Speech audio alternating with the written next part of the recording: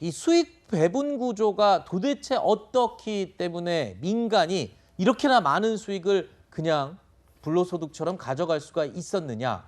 이 부분에 대해서 가장 큰 의혹이 제기되고 있는 부분이죠. 이 관련 내용 이어서 계속 들어보시죠.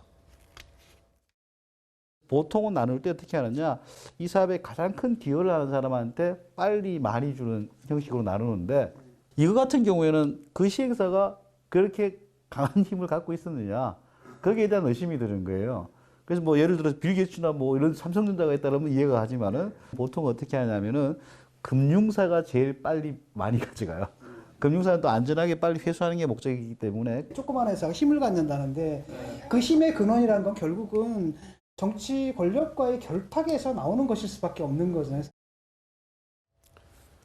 지금 저 인터뷰를 하신 교수님이 이 땅 투자의 신, 땅의 신이라고 불리는 이 굉장히 유명한 투자 전문가로 지금 알려져 있는데, 이분 말로는 그래요. 그러니까 이 정도의 큰 부동산 개발 사업에서는 가장 중요한 역할을 한 사람이 가장 먼저 가장 많은 이익을 배분받게 돼 있다. 통상적으로 그렇게 이야기를 하고 있습니다. 그렇다면 보통 대부분은 금융기관들인데 그 대상이 지금은 그게 아니고 민간의 개인들이었거든요. 이 부분을 지금 지적하고 있는 건데, 여기 보면은 이 1000배 수익의 설계자라고 지금 알려진 유동규 당시 성남도시개발공사 기획본부장.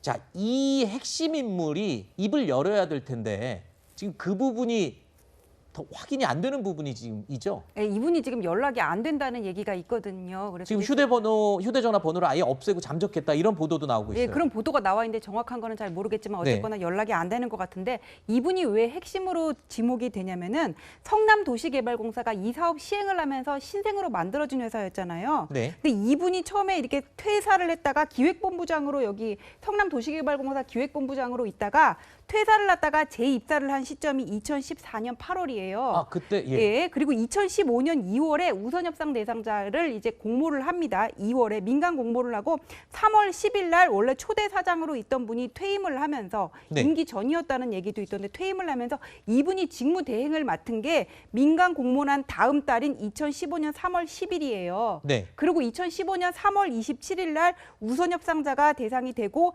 2018년 10월에 이제 경기관광공사 갈 때까지 네. 여기에 일을 어느 정도 했기 때문에 네. 이거를 처음에 구성을 한 사람이, 배당이 어떻게 가고 여기에 누가 참여를 하고 구성을 한 사람이 유동규 씨가 아니겠냐 하면서 유동규 씨를 인터뷰를 해야 되겠다, 지금 이런 얘기들이 나오고 있는 겁니다. 그런데 이 유동규라는 인물이 그냥 갑자기 툭 튀어나온 인물이 아니더라고요. 그러니까 이재명 지사를 둘러싸고 이재명 지사 주변에서 방탄 3인방으로 불리는 3인 중에 이 별명이 장비라고 한다고요? 어떤 사람입니까? 그러니까 지금 말씀하셨던 것처럼 그 2019년인가 그 헤럴드 경제 기사에서 네. 더 이재명의 사람들 해가지고 3인방이 얘기가 나왔습니다. 지금 나오는 것처럼 유동균 당시 경기관광공사 사장이 그러니까 이재명 지사의 측근으로 굉장히 그러니까 일에 대해서 조직 장악도 뛰어나고, 그리고 그러니까 이재명 지사를 위해서 이게 굉장히 최선을 다하는 그런 인물이다라고 이제 이미 이렇게 알려졌는데, 네. 그 사람이 갑자기 지금 소환이 된 거잖아요. 그렇죠. 이름이 다시. 그렇죠. 그리고 2015년 이게 왜 논란이 되냐면, 2015년에 이제 성남도시개발공사 기획본부장 시절에 지금 이제 언론을 통해서 나온 의혹이, 지금 우리가 야 이거 이익분배가 너무 말이 안 되는데 이 얘기를 계속 하고 있잖아요. 그렇죠. 화천대유 왜 1000배나 먹지? 네. 지금 성남 도시개발공사나 지금 은행들은 그렇게 가져가지 못했는데, 근데 그걸 설계했다고 지금 알려져 있는 사람이고, 네. 그리고 그 당시에 직원들이 이거는 좀 아니지 않습니까라고 이 그 내부망을 통해서 이의를 제기했는데 그걸 묵살했다라는 게 최근에 보도 내용입니다. 그 유동규라는 네, 인물이. 그러니까 이거는 뭐 저희가 더 확인해봐야겠습니다. 저 언론 보도를 기초로 말씀드리는 건데, 네. 이제 그렇다면 도대체 그러면 이렇게 지금 현재까지도 이렇게 비정상적이라고 하는 이런 수익 배분 설계를 만든 이유가 도대체 뭐지? 그러면 이걸 지금 아까 화천대유 설립자라고 하는 김모 기자, 뭐 사실 이 뭐 자금 관리나 이런 쪽이랑 전문가는 아니고 법조 경력만 오래 있다고 하는데, 이 사람이 돼 있는 이 화천대유 돼 있는 컨소시엄을 선정해서 이렇게 가게 된 이유가 뭐지? 네. 그걸 의심을 가질 수밖에 없잖아요. 설계자가 지금 입을 열면 되는 그렇죠. 부분이네요. 이거는 이렇게 해서 설계가 된 거고, 네. 이게 이런 그 당시에 뭐 문제 제기가 있었지만 나는 이런 이유로 그걸 받아들이지 아하. 않고, 이런 얘기가 나와야 되는데 지금 말씀하셨던 것처럼 일단 조선일보 보도상으로는 전화번호를 다 바꾸고 지금 현재 일자로 연락을 안 하고 있다고 하니까 이 논란이 더 커지는 게 아닌가 싶기도 합니다. 자, 들으신 것처럼 이렇다 보니까요. 지금 장 본인, 이 대장동 개발 사업 자체를 설계한 것으로 알려진 유동규라는 인물이 연락이 두절된 상태다 보니까요. 야당에서는 이 대장동 개발 특혜 의혹과 관련한 인물들에 대해서 출국 금지 조치를 해야 되는 게 아니냐라고 주장을 하고 있습니다. 유동규 씨에 대한 신병 확보가 매우 시급합니다. 언론 보도나 들리는 말로는 전화번호도 바뀌었다고 하는 것 같고 행방불명이라고 하는데 신병 확보가 매우 절실합니다. 빨리 출국 금지를 해야 돼요. 제보가 온 것도 있고요. 그래서 이건 제가 이제 추가 확인 안 했기 때문에 이제 확인을 해줬으면 좋겠어요. 미국으로 이미 지금 도피한 사람이 있는지 이런 건 좀 확인할 필요가 있을 것 같고. 최 교수님, 예. 그러니까 지금 유동규 전 기획본부장이라는 사람, 이분이 나서서 해명을 하면 될 문제를 지금 입을 열지 않고 있고 어디 있는지 알 수 없는 상황이 되다 보니까 야당에서는 더 의심을 하고 있는 거거든요.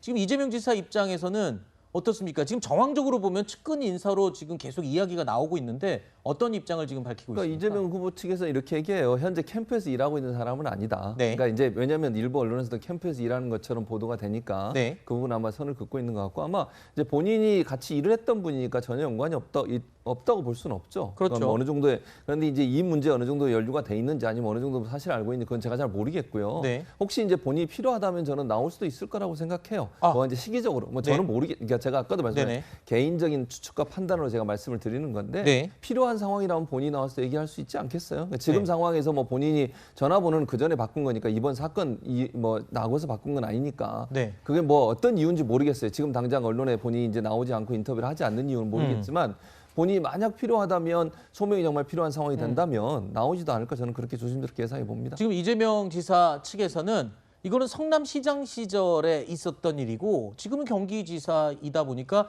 관련된 자료를 갖고 있을 수도 없다. 지금 그렇게 하면서 모른다. 이런 해명을 하고 있는데 지금 유동규 본부장 전 이 본부장이 나와서 해명을 해야지만 되는데 아까 말씀하신 대로 보라면 글쎄요. 나올 가능성이 있을까요? 그렇다면 진작에 나오지 않았을까요? 나와도 지금은 안 나올 것 같은데요. 아, 그래요? 일단 지금 어느 정도 사안이 정리가 된 다음에 나오지 않을까 싶어요. 저는 개인적으로 생각할 때. 네. 근데 말씀드리는 것처럼 이재명 지사 측에서 굉장히 지금 단호하게 선을 긋고 이에 대해서 법정 대응까지 하고 있는데 문제는 많은 대중들과 이제 국민들이 생각하는 건 이상하잖아요. 네. 이상한 걸 해소해 줄 인물들이 나타나질 않는 거예요. 그렇죠. 그 사람들이 나와서 이게 이상한 게 아니라는 걸 설명을 해줘야 되는데 더 나가기 전에 차단되고 더 나가기 전에 차단되고 아 지금 우리 캠프에 있는 사람 아닙니다 정도로 이게 자꾸 선을 내리면 더 의심해요 사람들은. 그렇죠. 그러니까 저는 그래서 뭐 제가 이걸 가지고 이재명 지사와 지금 이게 뭐 화천대유가 뭐 연관이 돼 있다 저는 이렇게 말씀드린 건 전혀 아니고 사업 당시에 문제가 있었던 부분들에 대해서 명확한 해명이 나오지 않으면